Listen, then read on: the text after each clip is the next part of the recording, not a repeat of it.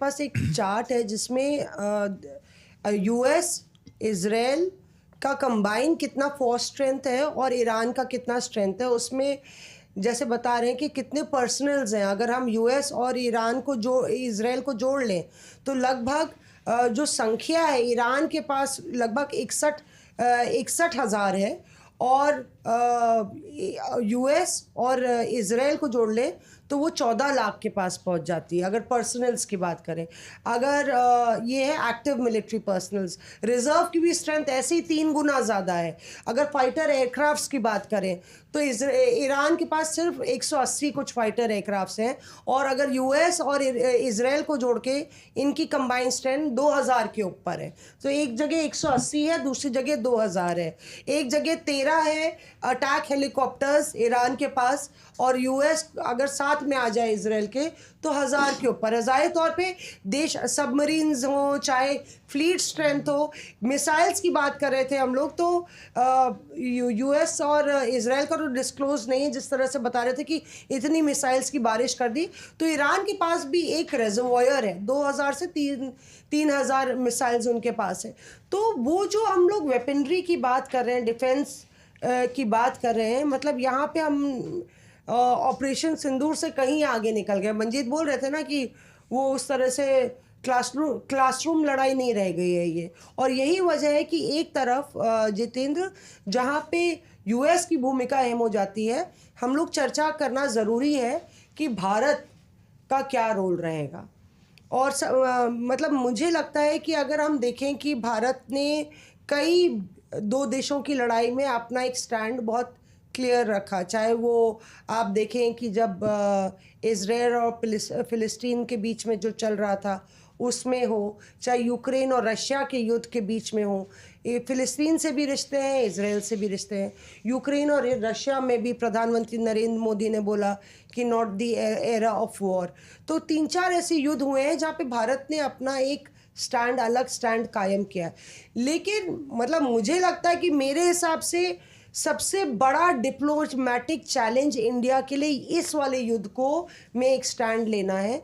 और वो इसलिए भी है क्योंकि ईरान से भारत के काफ़ी ऐतिहासिक रिश्ते रहे हैं और दूसरी तरफ चाहे वो ट्रांसपोर्ट हो या ट्रांजिट हो, ईरान सेंट्रल एशिया के लिए भारत के लिए एक बहुत बड़ा रूट है।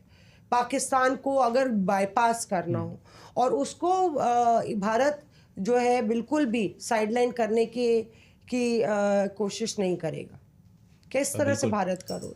जहाँ तक आप संबंधों की अगर बात कर रही हैं तो ईरान के जो रूट्स हैं और अभी जो वहाँ पर खैमेनी है उनके बारे में ये कहा जाता है कि उनका लिंक लखनऊ के नज़दीक बाराबंकी 20 किलोमीटर दूर है, वहाँ से उनका है। और उनके परदादा जो थे वो 90 साल पहले, 90 से 100 साल के उस बीच में वो लोग वहाँ ईरान गए थे। और खैमनी का जो परिवार है उनकी उत्पत्ति यहाँ से। तो भारत के रिश्ते तो बहुत पुराने हैं और ईरान के साथ रहे हैं। जब भी कभी ज़रूरत पड़ी है भारत को तो ईरान साथ में भारत के खड़ा रहा है। और हमने देखा कि चाहे जो क्रूड ऑयल हो उसकी सप्लाई, वो तमाम चीज़ें जो हैं ईरान से अभी भी भारत के साथ अच्छा हो रहा है।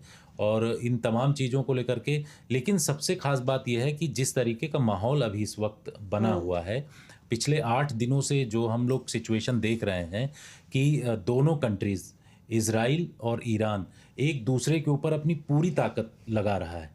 वो चाहे उनके सैनिकों के ऊपर अटैक करना हो या फिर पिन पॉइंटेड अटैक इज़राइल के द्वारा किया जा रहा हो, या फिर ईरान जो है लगातार मिसाइल्स मार रहा है।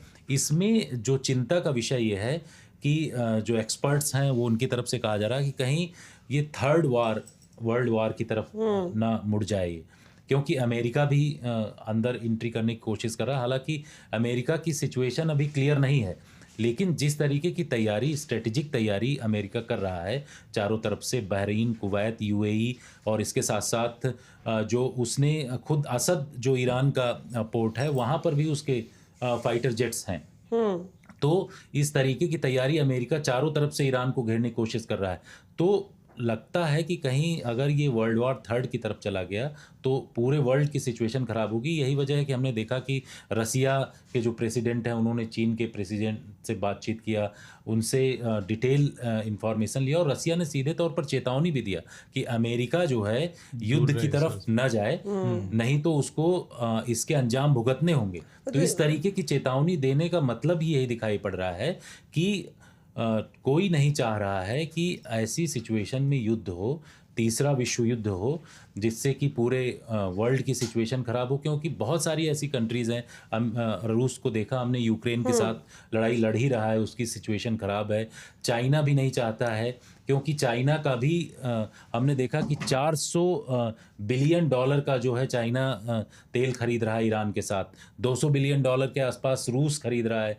तो सभी कंट्रीज़ के हित हैं और ये इसमें मामले में हमने देखा कि तेल का खेल है। कोई तेल के जगह पर कब्जा करना चाहता है, तो किसी को लगता है कि अगर यहाँ पर युद्ध हुआ तो उसके यहाँ तेल की सप्लाई ख़त्म हो जाएगी। तो ये तमाम चीज़ें लगातार चल रही हैं और कंट्रीज़ नहीं चाहती हैं कि आपस में ये विश्व युद्ध जैसी स्थिति बने, लेकिन माहौल तो उसी तरफ जा रहा है। हाँ, पर दिलचस्प होगा इसमें इंडिया का दो मुद्दों पर आपको भी आगे बढ़ाना चाहिए बात को, कि एक हम जो मुस्लिम ब्रदरहुड की बात कर रहे हैं कि कितने लोग सिया सुन्नी का जो डिवाइड है उस पर साथ में, और एक फिर हम उसकी बात करेंगे कि टेक्निकल सुपरमेसी की जो बात की जाती है इजराइल के बारे में। तो पहले आप ही इस पर प्रकाश डालें कि इस वक्त जो ईरान के साथ कितने लोग खड़े हैं। जैसे अमित ने कहा कि ईरान चाहता है कि वो गाजा के बाद मुस्लिम वर्ल्ड लीडर बने, लेकिन असल में स्थिति क्या है? नहीं, सबसे बड़ी बात यह है, देखिए कि ईरान जो है शिया देश है और जो बाकी देश हैं जैसे पाकिस्तान है, लगता ही है कि अरब वर्ल्ड है। हाँ, और अब वर्ल्ड है, तो वो पूरे सुन्नी डोमिनेटेड है, सुन्नी कंट्रीज़ हैं, तो वो एक डिवाइड यहाँ पे खुले तौर पे नज़र आएगी।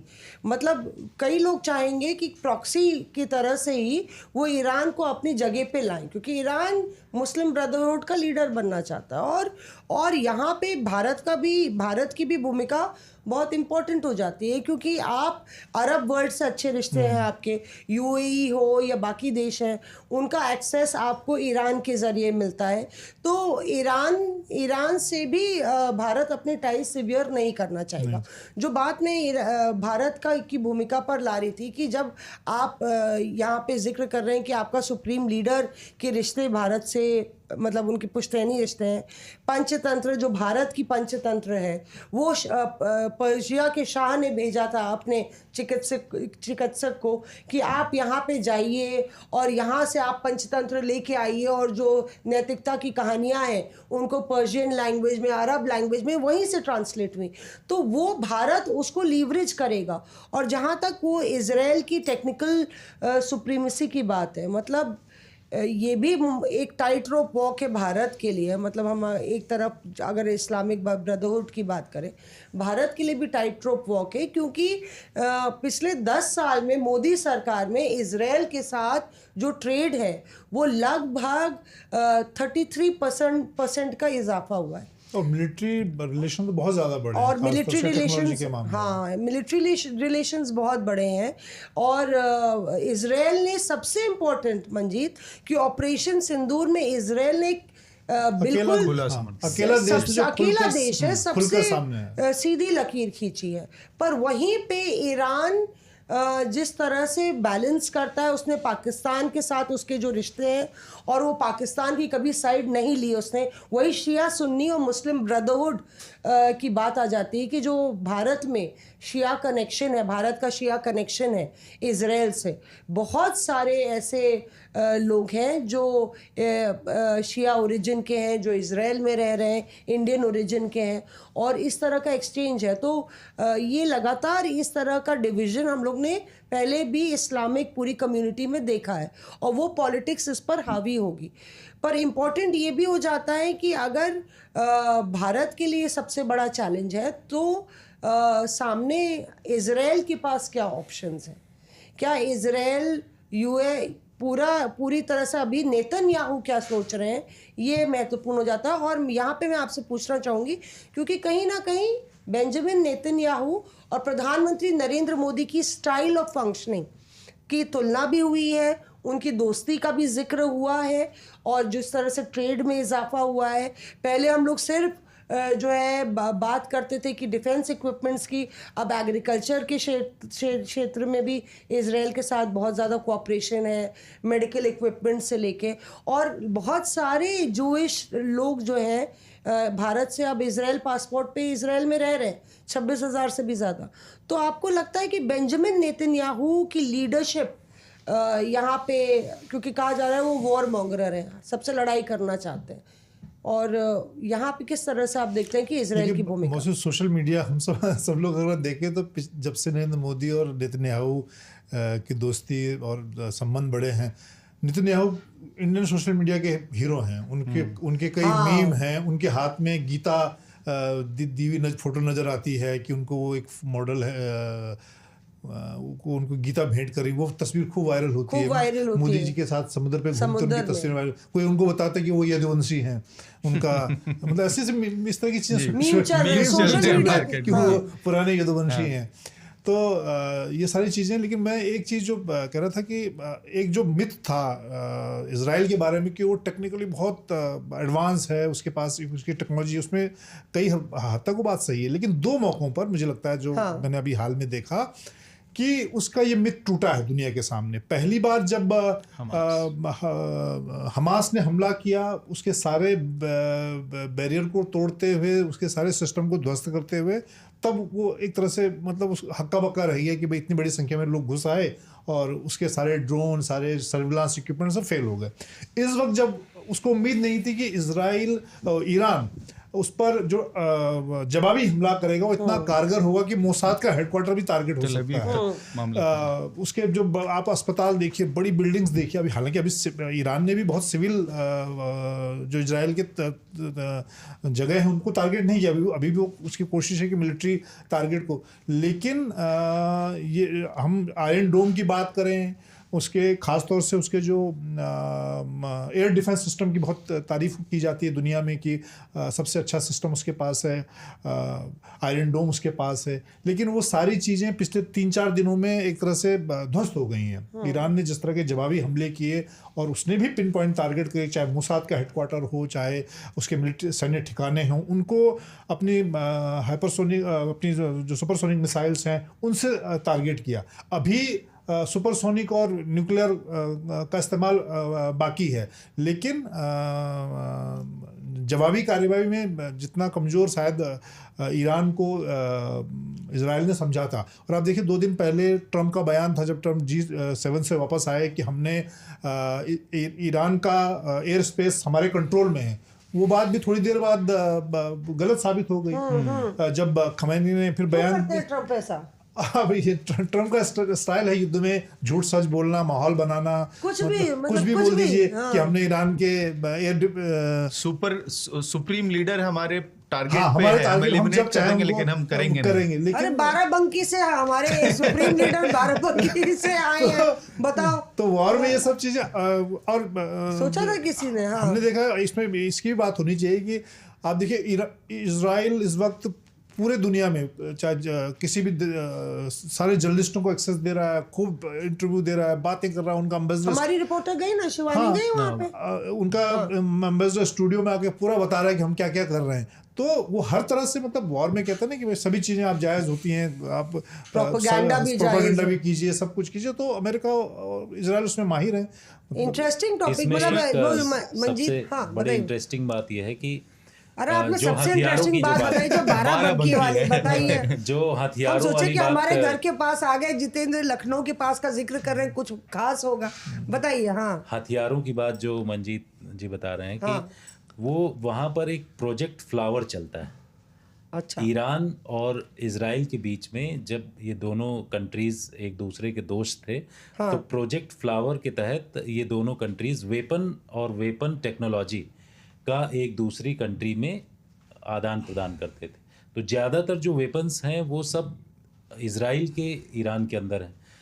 सबको, दोनों को एक दूसरे को पता है कि ये जो मिसाइल आ रही है इसकी काट क्या है। अच्छा। जैसे रामायण में नहीं होता था कि अगर मंत्र जान गए एक दूसरे के, तो इधर से मारा उन्होंने, ब्रह्मास्त्र का मंत्र उनको भी पता है, तो उधर से इन्होंने काट दिया। तो दोनों का जो प्रोजेक्ट बारिश फ्लावर वाला आ रहा है या कौन सा आग वाला आ रहा है, आग्नेयास्त्र है या क्या है, हाँ। प्रोजेक्ट फ्लावर के तहत दोनों कंट्रीज एक दूसरे के वेपन्स का वो करते थे इस्तेमाल। और क्योंकि ईरान के पास टेक्नोलॉजी नहीं थी, इसलिए सब कुछ इजराइल की तरफ से दिया जाता था, सब कुछ इन्होंने ट्रेंड किया। अब उसको अगर लगे कि आयरन डोम उनके यहाँ लगा हुआ है इजराइल में और ईरान मिसाइल भेज रहा है, तो जब सब दोनों कंट्रीज एक दूसरे को जानती कि कौन सी टेक्नोलॉजी किसका है, तो आयरन डोम भेजने वाला भी उनके पास है, वो भी उनको पता है, उन्होंने काट ये निकाल बात दिया, है, उन्होंने मतलब मार दिया, मिसाइल्स जो मारी वो कर दिया। तो अस्त्र शस्त्र दोनों तरफ से चल रहे हैं और दोनों को एक दूसरे का काट पता है, मंत्र एक दूसरे को पता है कि इधर से मारा उनका कटा। तो ये सारा चीज चल रहा है, किसी को भी इजराइल और ईरान में कहीं भी दिक्कत होने वाली नहीं है, क्योंकि टेक्नोलॉजी का आदान प्रदान एक दूसरे के साथ दोनों करते थे। बाद में ये सारी चीजें हुई जब 25, 26, 30 साल का जो वक्त हुआ, जब से कट्टरपंथी आ गए, उसके बाद से तो ये सारी चीजें उसके बाद में बदली हैं, लेकिन टेक्नोलॉजी वही चल रही, ट्रेंड लोग वही हैं, जो ईरान में है, जो इजराइल में।